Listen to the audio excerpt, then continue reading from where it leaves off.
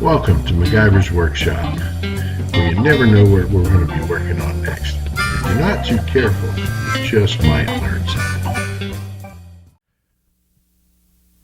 Hi there, and welcome to MacGyver's Workshop, where you never know what we're going to be working on next, and if you're not too careful, you just might learn something. So we're up to part 4, I believe, now, on our Corvette project here.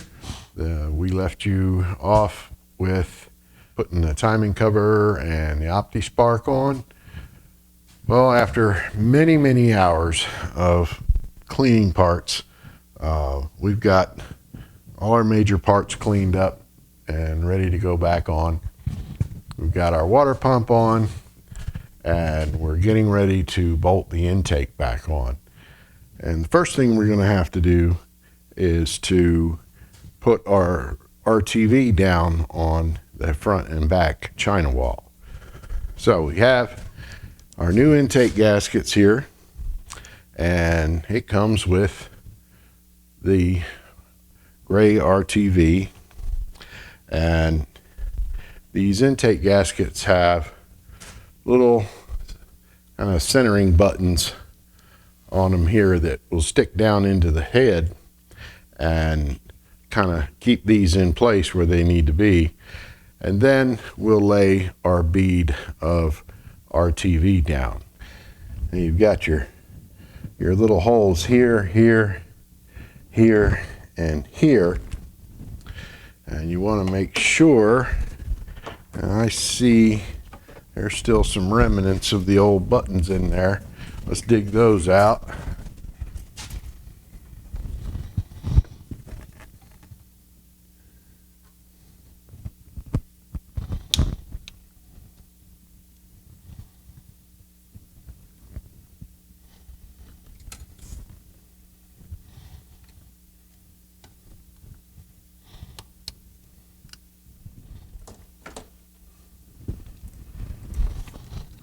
See if they, yeah, there we go.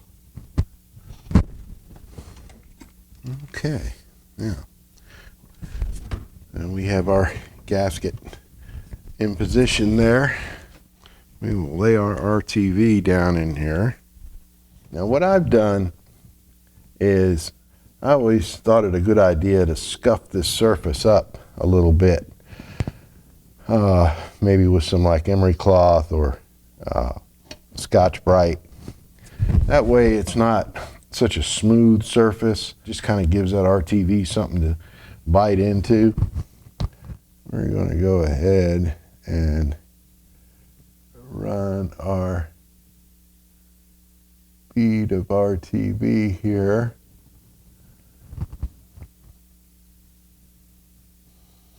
All the way across. Now you don't want to be too crazy with this RTV now. You want to get just enough in there to make sure that you make a good seal, and have you a little bit here on these corners to fill in the corners here.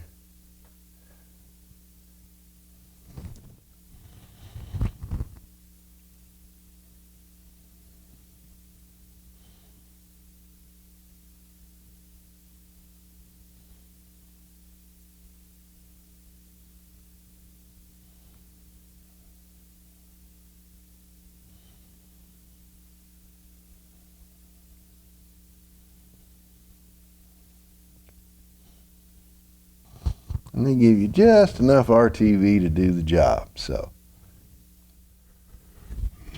because you don't want to roll all your RTV off the intake.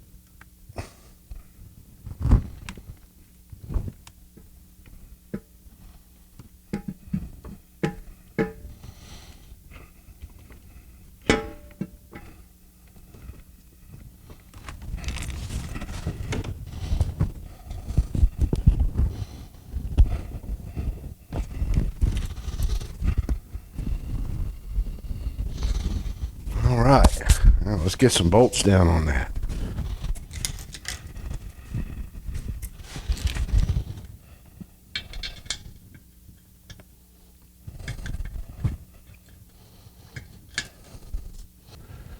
bolts in a few locations here lined up real good.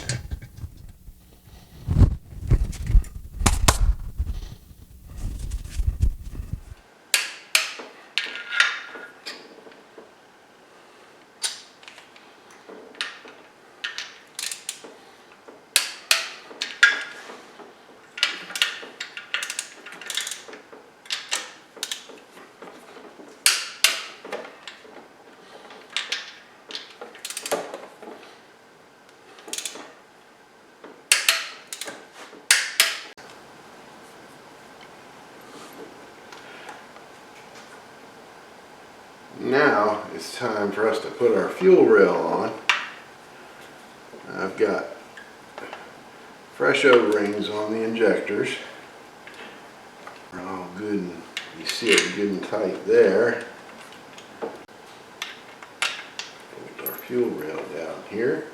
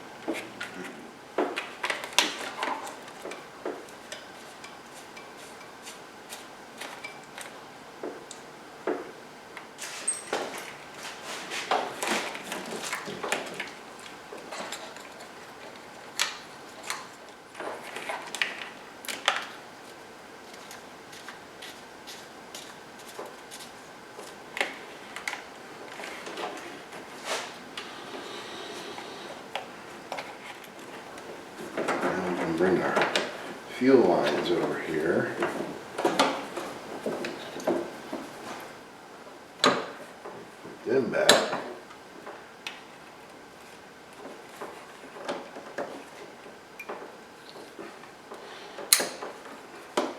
Make sure they snap in place.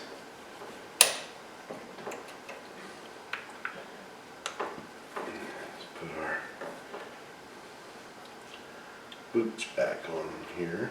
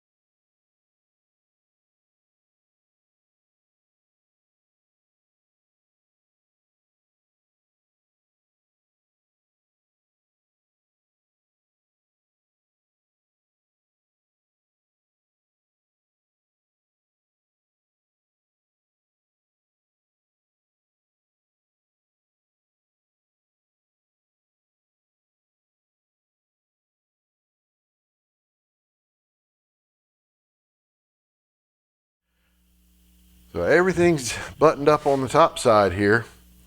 Let's go let's lift the car up and get underneath it, and we'll show you everything underneath. Especially while we've got the oil pan off, you can see the crankshaft, the rods, and general condition of the inside of the motor. All right, let's get a look underneath, shall we? Not a whole lot of room under a Corvette for much. They've pretty much got everything packed in as tight as it can be. You know, given the mileage, the motor looks really good. This is a 4-bolt main 350, and you can tell because of there's 2 bolts right there and 2 bolts right here, and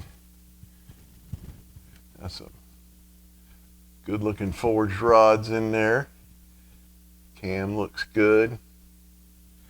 Everything looks decent.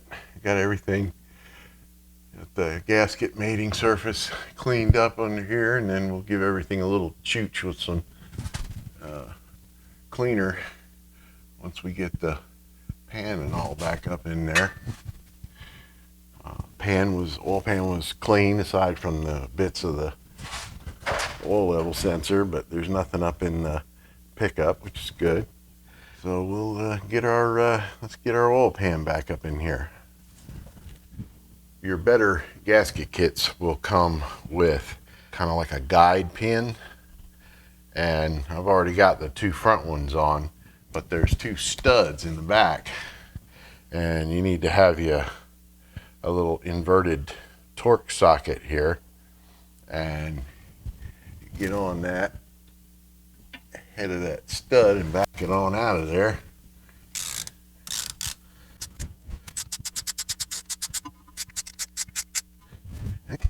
And that'll give you the opportunity to clean the remaining RTV spooge off of your stud too.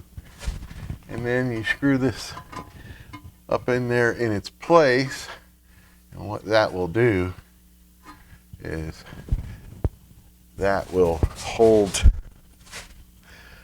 the gasket in place and in proper alignment. They say to put you just a little dab of RTV on the block side of each corner of this gasket here, and it's really a good design, and it's very well built, so being one piece and all. Now it's going to take a little bit of finagling to get this up in there.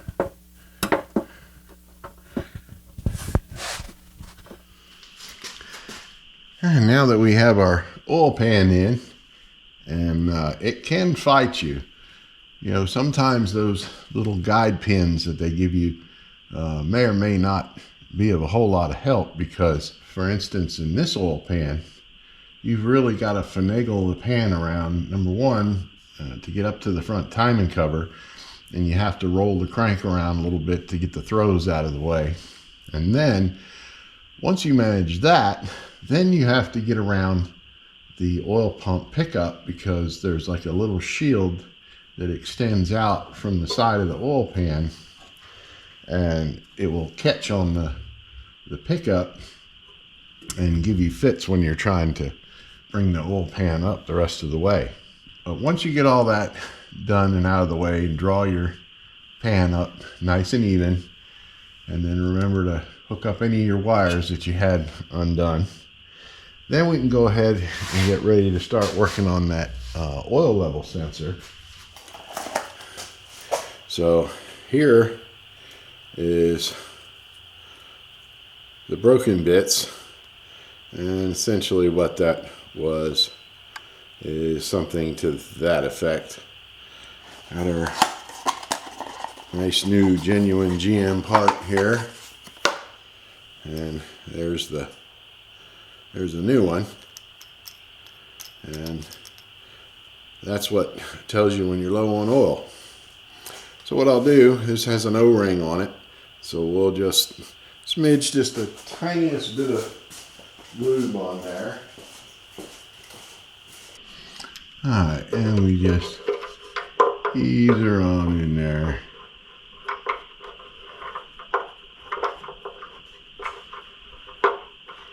Just thread it in by hand. This is plastic, so it doesn't need to be in super duper snug. So you don't want to put any kind of real meat on this. And there she goes. That's all she needs. Plug her in. Now, time to finagle our starter back in there. And of course we've got to put our thing on first there, our bell housing cover. Corvette starters are always notorious for being a major pain in the behind, but if you finagle it just right, then you can get it up in there.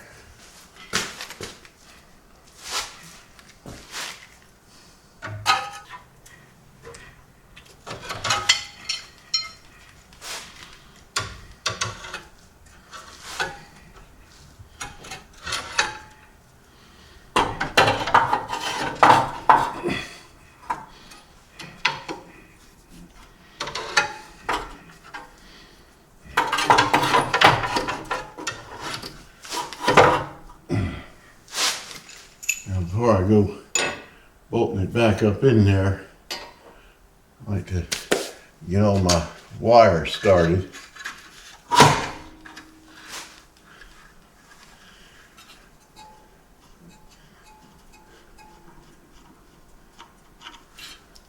Because they don't give you a whole lot of room to work with under here.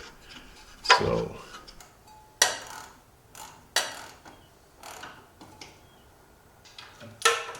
bracket back up here that actually holds that wire in place. It's important that you put all your little brackets that are holding wires up out of the way, that you put all those back, because all these little brackets are keeping these wires away from exhaust manifolds, exhaust pipes, all that kind of stuff. So it behooves you to put them all back where they go.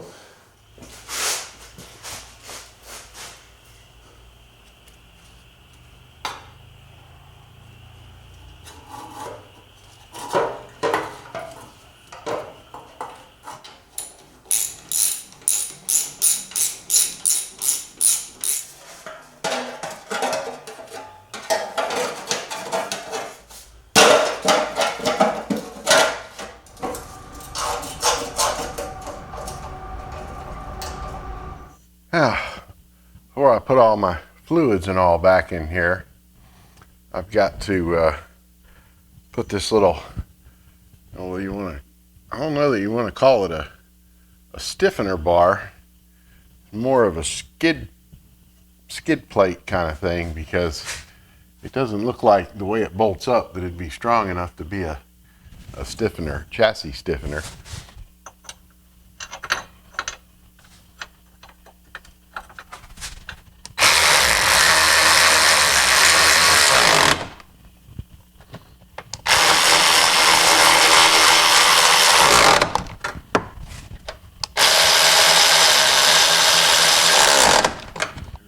Looks good. All right. Now you set her down,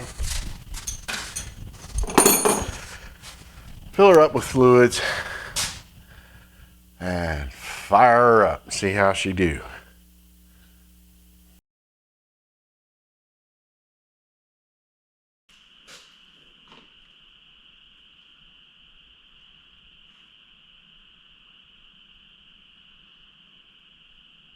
Supposedly, the premix stuff is supposed to have, the deionized water and not just, nasty tap water.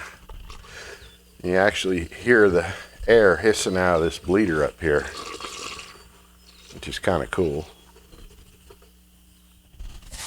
And if you see any coolant coming out of the bleeder while you're filling it, well then close off the bleeder, and well, that's pretty full. I'm sure that'll go down after we start it up.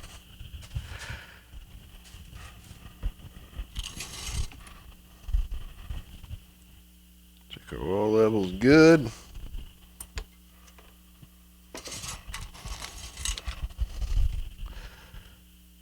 Alright, we'll hook our battery cable back up. Right. Prayers for good luck.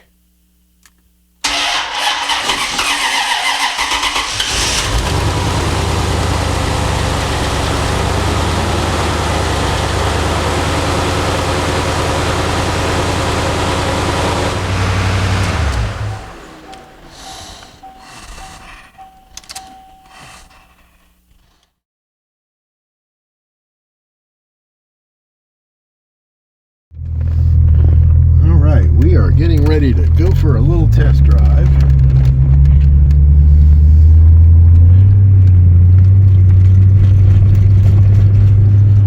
Of course, this is a 94 Corvette, so you know it's going to have jiggles and quiggles and all that kind of thing. The road's awful, especially after all the snow we've had. It's just potholes cropped up everywhere.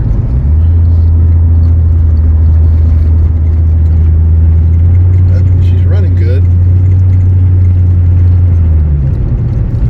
So far we've got no leaks, and the engine's running really good with you know, the work we did on the OptiSpark distributor, and the computer's not throwing any codes or anything like that.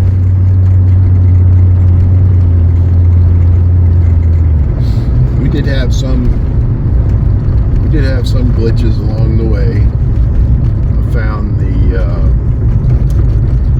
when I was cleaning the throttle body, that the TPS throttle position sensor was not the correct one for the car, and I guess it was physically different.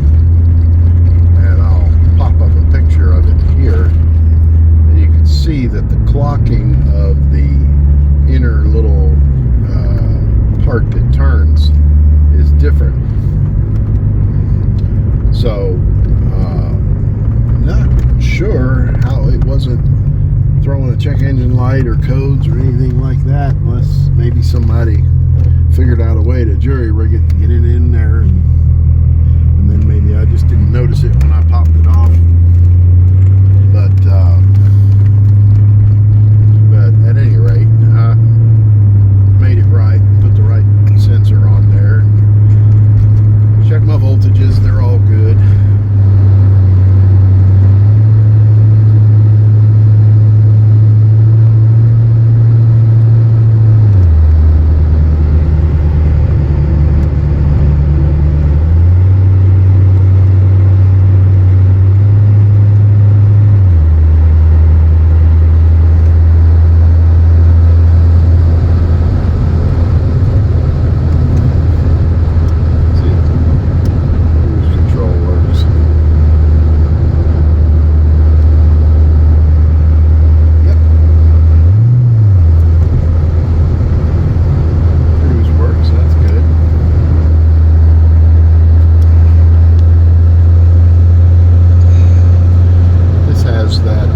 ASR, which is like acceleration slip regulation system, and it's like an early form of traction control.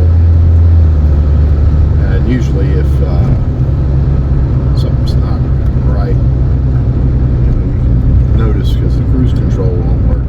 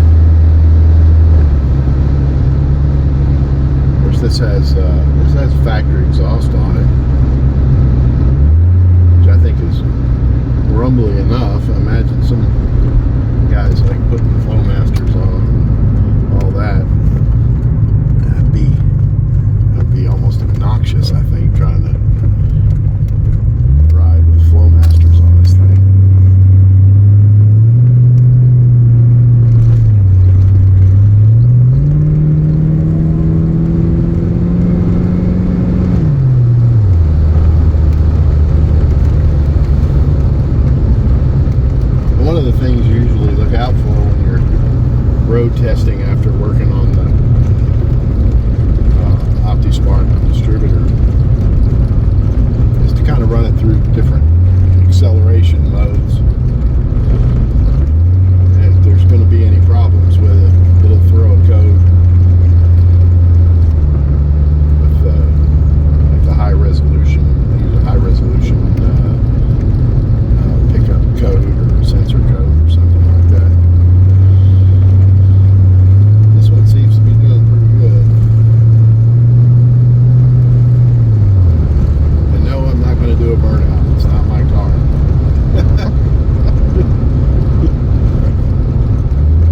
Actually, I feel bad for the guy who owns it's a friend of mine from work. And of course, I've worked on this car before on the channel, but he brought it over to me the first time to look at. Back tires were like cords showing in them and everything. I think he lent it to somebody. Watch. Yeah, there's a big old pothole there. Yes. I forget who he said he let drive the car or whatever, but yeah, somebody had been doing some burnouts with it. Anyway, he had to buy a new set of Continentals for the back there, and I'm sure that set him back a good chunk of change. There ain't no way in heck I'm gonna peel any life off of him.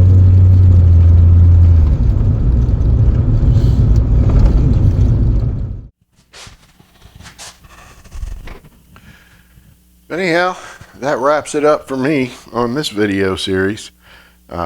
Thank y'all for watching, and remember to, if you like what you see, subscribe and click that little bell icon there so you get notified when I post a new video. And you can always reach out to me via email at MacGyversWorkshop@gmail.com. Or you can check out, we're going to start working on our web presence here. Unfortunately, I've just not had the time to devote to it like I would have wanted to. But we are at MacGyversWorkshop.net, and MacGyversWorkshop.com just became available. So I went ahead and licensed it. So we'll be moving everything over to MacGyversWorkshop.com. But again, that's, way down the list of things that I have time for, unfortunately. But I would like to make a nice web page where, folks can go and see stuff and what's happening, and, link to the channel and check out the videos of different stuff that, folks would want to do. Again, thank you for watching, and we will see you next time.